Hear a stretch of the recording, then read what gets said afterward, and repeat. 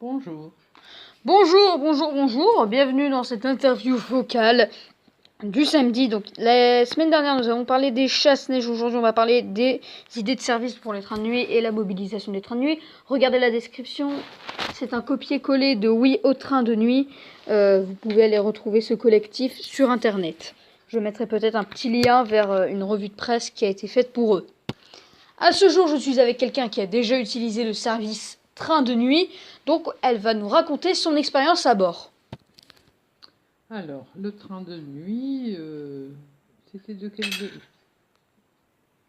Petit problème technique lors de cet enregistrement, on recommence. Alors, c'était le train, à quel endroit? L'île Flandre, je te rappelle, Bourg-Saint-Maurice. Alors, l'île Flandre, Bourg-Saint-Maurice. Bon, un train, il y a déjà quelques années. Alors, faut rester sur le principe que c'était une voiture corail. De toute façon, tous les trains de nuit à ce jour sont des voitures corail ou des voitures russes, mais uniquement sur le trajet Paris-Nice. Donc, c'est sûr, tu n'as pas fait le Paris-Nice. Alors, raconte-nous. Donc, il y avait 6 couchettes dans le compartiment. Donc il y avait carrément 6 couchettes, c'est pas comme 4 couchettes dans un coin comme ça, c'est carrément public. 3 et 3. 3 d'un côté, 3 de l'autre. Pas très confortable. On est accédé à la couchette pas au rez-de-chaussée, mais celle au-dessus est la deuxième, par une petite échelle. Bon, pas beaucoup de place. Ah, donc là, quand tu es en train de me décrire un peu la pièce, je reconnais, donc là, tu parles bien de la voiture corail, et dans le sens pas confortable. Pas très confortable, assez bruyant, et bon, pas énormément de place pour mettre les bagages. Ah oui, mais ça, c'est un train. Donc, faut parler que ça faisait du bruit, il n'y avait pas beaucoup de place, et c'était pas confortable. Oui. Et vous avez déjà pris un autre train de nuit à ce jour? Non. Continuons sur cette revue de presse audio. Donc, faut dire que là, actuellement, les trains de nuit sont en voie de disparition, malheureusement. Donc, un petit listing des lignes qui ont disparu à ce jour. Alors, voici une petite liste que je vais vous dire des trains de nuit disparus à ce jour, faite par Supertrain. Alors, la liste. Alors, faut savoir que quand je dirai ligne bleue, ce sera sans remplacement, et sans couleur, ce sera remplacé par les TGV. Donc là, c'est remplacé par un TGV actuellement. Paris, Chambéry, Annecy, Cluses, Saint-Gervais-les-Bains, Aix, la Vallée Blanche, l'Étoile des Neiges. Après, il n'y aura pas de remplacement à cette ligne. Strasbourg, Colmar, Mulhouse, Belfort, Besançon, Nîmes, Montpellier, Béziers, Narbonne, Perpignan, Portbou, Alsace, Roussillon. Après, il n'y a non plus de remplacement pour cette ligne. Luxembourg, Metz, Nancy, Avignon, Marseille, Toulon, Cannes, Nice, Aix, Lourazou. Après, il y a aussi cette ligne qui ne sera malheureusement pas remplacée. Irun, Hendaye, Bordeaux, Toulouse, Nice. Après, il y aura aussi la Irun, Hendaye, Tarbes, Toulouse, Genève. Il y a aussi la Calais-Nice qui a disparu à ce jour. Maintenant, une ligne qui a été remplacée par le TGV, Lille-Nice. Après, je ne pourrai pas malheureusement tout vous dire car il y a un nombre de lignes disparues à ce jour, c'est totalement énorme. Alors à ce jour, on enregistre. T'as pas écouté, il y a eu un reportage. À ce jour, on enregistre cette vidéo à Lille. Et à Lille, à ce jour, nous n'avons plus de train de nuit. S'il y aurait une ligne à rouvrir pour les trains de nuit... S'il y avait. Monsieur Si n'aime pas les raies. Ah oui, Monsieur Si n'aime pas les raies, mais c'est vendredi. Tout est permis. Quelle ligne devrait ouvrir à ce jour?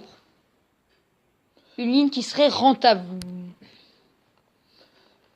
Je ne sais pas, des lignes directes. Par exemple, sur l'île, au départ de l'île, il y en a plus énormément. Il n'y en a même plus du tout. Il faut changer, obligatoirement, de train à Paris.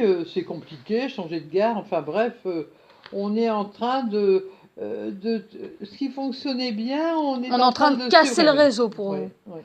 Donc, en parlant des trains de nuit à Lille, est-ce que ce serait par exemple une bonne idée? Parce que Lille touche la Belgique, mais après, la Belgique, il y a la Hollande. Est-ce que ce serait rentable de faire un train de nuit, par exemple, qui irait soit en Belgique, soit, par exemple, un Lille-Amsterdam pour la nuit? Car il n'y a pas beaucoup de temps. Même un train classique roule plus vite qu'une voiture. Donc, il peut passer par les lignes classiques. Ça serait une bonne idée. Maintenant, là, on va arrêter le sujet des trains de nuit. On va parler un petit peu du réseau SNCF habituel. On va plus parler des TGV. Et voici le coup de gueule de notre invité du jour. Ligne directe, par exemple Lille-Orléans. Il y avait avant à Lille-Orléans. Maintenant, on est obligé de passer par Paris et reprendre un autre train pour aller à Orléans. Exactement. Et il y a d'autres lignes où c'est comme ça maintenant. Alors l'ouest à la Bretagne, je ne sais pas combien de temps comment ça se passe, mais je crois que pour aller en Bretagne, c'est pareil, il faut aussi passer par Paris. Alors, il faut savoir que la Bretagne, bon, on l'a fait en Ouigo Nantes. Sauf que Ouigo, la SNCF n'a pas du tout bien fait son boulot, car le Tourcoing-Nantes n'existe plus, mais le Nantes-Tourcoing existe. On pourrait se dire pourquoi. C'est-à-dire qu'on va payer 10 € en aller en Ouigo pour aller à Nantes. Imaginons, je suis nantais, j'ai envie d'aller à Lille. Je prends le Ouigo, je vais pas payer 200 € mon retour en TGV. C'est complètement n'importe quoi. Après, est-ce qu'il y a d'autres lignes qui devraient ouvrir? Parce qu'à ce jour, on a plein d'autres TGV qui vont en Suisse, en Italie, en Espagne. Est-ce qu'il y aura des lignes qui devraient ouvrir à ce jour? Ça, je ne voyage pas suffisamment avec la SNCF pour vous répondre, Et monsieur. Un pays que vous aimez.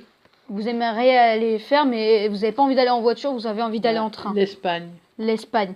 Pourquoi pas un Lille-Barcelone? Oui. Bah pourquoi pas? C'est vrai qu'on peut faire Paris, pourquoi ne pas aller à Lille? Après, oui, il y a aussi le fait, tout simplement de la cadence, hein, les gens vont dire, oh ouais, bah non, je préfère aller à Nice, du coup, ils vont pas prendre ce TGV-là, le TGV va accueillir 100 personnes, un TGV, et vu qu'il y a des problèmes sur le réseau, sur le fonctionnement de la SNCF, eh bien, il y a des gens qui ne prennent plus le train, qui prennent l'avion.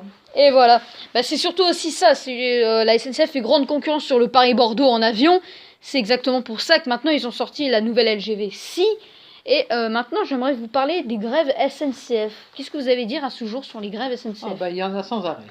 Alors, il faut dire que notre invité connaît une personne qui est d'ailleurs mon frère et qui prend tous les jours le train pour aller sur son lycée en gros, et toutes les semaines on fait face à une grève. Mais pourquoi des grèves sans arrêt?